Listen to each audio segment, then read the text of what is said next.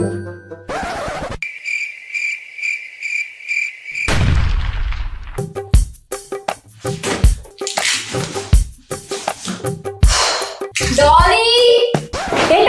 బల్లా జిల్లాపురుగా చెప్పు పారిపోతా.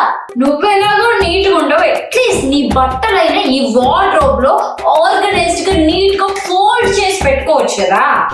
ఫోల్డ్ అసలు ఫోల్డ్ ఎందుకు చేయాలి? ఒక్క రీజన్ చెప్పు. ఫోల్డ్ చెయ్యాలి కదా. చూడక్క, నీ దగ్గర ఎందుకు ఫోల్డ్ చేయాలో రీజన్ లేదు, కానీ నా దగ్గర ఎందుకు ఫోల్డ్ చేయొద్దో రీజన్ చెప్తాను.